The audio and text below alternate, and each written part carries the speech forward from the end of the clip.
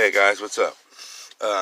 Alright, so I was in a stream, in a comment. I didn't watch the stream. I watched a couple minutes of it. I browsed through it as video, but it's Sleeping Warrior. He's a flatard. He believes in the flat Earth, the wall, the dome, all that shit. Well, he's talking shit about how one of us Globers showed them they wanted to see gas pressure without a container. So Blue Marble Science, who is amazing, does a great job, showed them butane in an open-ended pipe.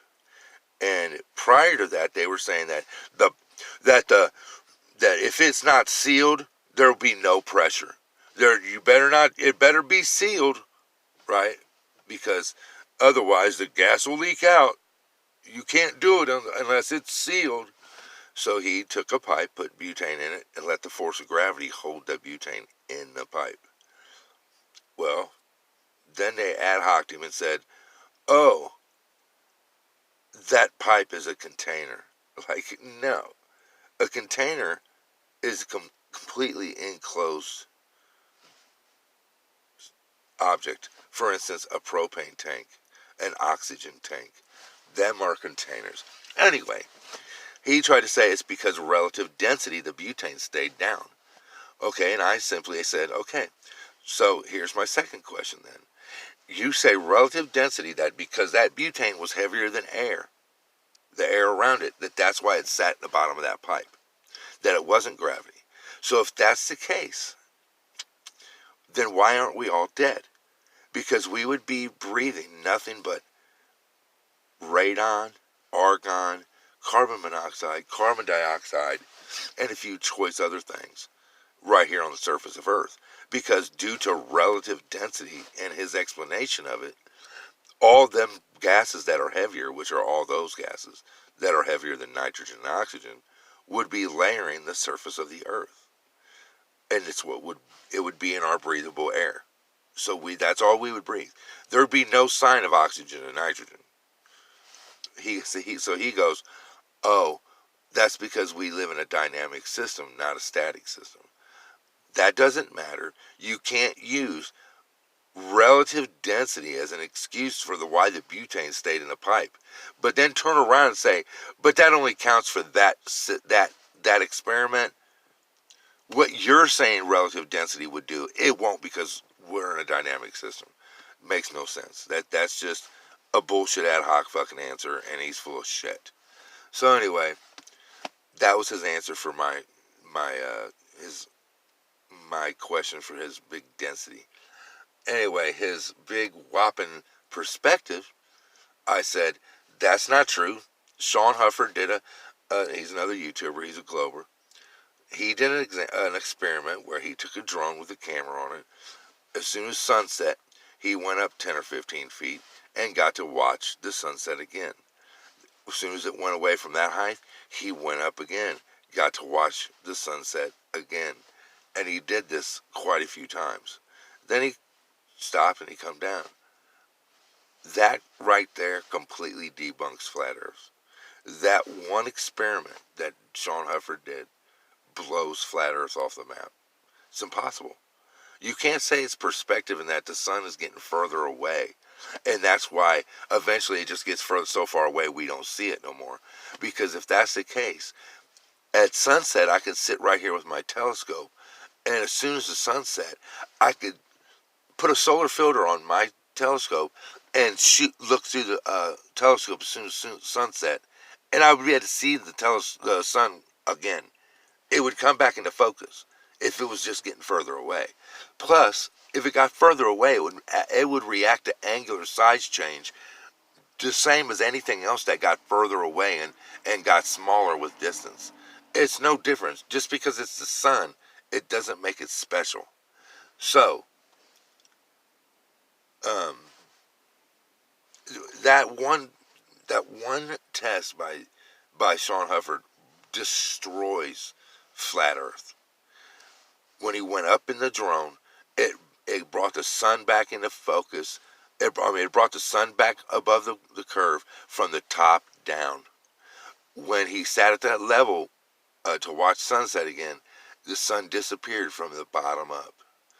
And it did this repeatedly about 5 times. So, yeah. Not good enough. Doesn't answer my question. Typical flatards answer for everything. Perspective. Why don't you get a little intellectual honesty with yourself, Sleeping Warrior, and get with it, man? Because I don't believe you're as stupid as you're pretending to be. Nobody is so stupid that they say, I'll bet you £1,000 that we have a lunar eclipse once a month, but it's nobody ever sees it because the eclipse is out at sea. Who in the fuck says some shit like that, dude? Yeah. You said that the shadow of a building and the shadow of a tree are different. J.M. Truth said that the sun couldn't exist in space because space has no oxygen, and how could the sun be on fire in space? Yeah, on fire. That's what the dude said. That the sun was on fire. I mean, guys, the stupidity with these people are strong. Very strong. But here's what got me so riled up is that I challenged Sleeping Warrior to a debate, and this little prick had the nerve to say that I'm too stupid, that I'm too ignorant for him to debate, and that he wouldn't waste his time with me. Guys, first of all, after I got done laughing, which it was quite a while, and it had my stomach hurting, I got pissed. And then I threw out all the shit that he's said in the past that doesn't make any sense. And yep, I was there for probably 15 minutes naming them off. Because this dude has said a lot of stupid. A whole lot of stupid. I mean, I could do a whole video, an hour video, dedicated to just tell you guys what this idiot said. Nothing but doing that, just one right after the other. I could do an hour-long video of it. That's how ignorant this guy is. And it's a shame that he is willfully ignorant. That's which is the case for most of them, you guys. Most of them are willfully ignorant. They don't believe in gravity, even though gravity is a measurable, repeatable thing. We know the rate of the acceleration down. We can do experiments where we can come up with a formula on how long it'll take an object to hit the ground from a certain height using the 9.8 meters per second squared law or formula in Newton's equations. You know what I'm saying? Sleeping Warrior actually said that Einstein debunked Newton, even though he didn't. And they talked about the same thing. It's just that back when Newton was around, they didn't have the ability to, he didn't have the ability to see the stars and do the things that, he didn't have the technology that Einstein had available to him. It's just basically Newton described the what, and Einstein described the why it did it. And, things fall due to the bending of space-time. Basically the gravity well within Earth's atmosphere. That's why things fall at 9.8 meters per second squared, is because of the gravity well. So he didn't debunk Newton. You can get Newton's equations out of Einstein's field, out of his paperwork. His field equations. You can get Newton's mathematics for gravity. You can pull them right out of Einstein's fucking field equations. So obviously he didn't debunk the man. He just added to Newton's explanation of it, because Newton referred to it as like magic, because he couldn't understand what was causing it. He didn't know, but he knew something was. And then Einstein come along and explained what that was. Anyway, all that aside, I'm gonna quit rambling. I challenge any flatard to a debate. Any one of you flatties that want to go, let's go. I don't want to hear you sitting off in my comments or someone else's comments telling me how I'm ignorant and I'm stupid and I don't know what I'm talking about while you sit in the little safety of your echo chamber and don't come out and debate me live on Modern Day Debates or Fight the Flat Earth or even Team Skeptics show.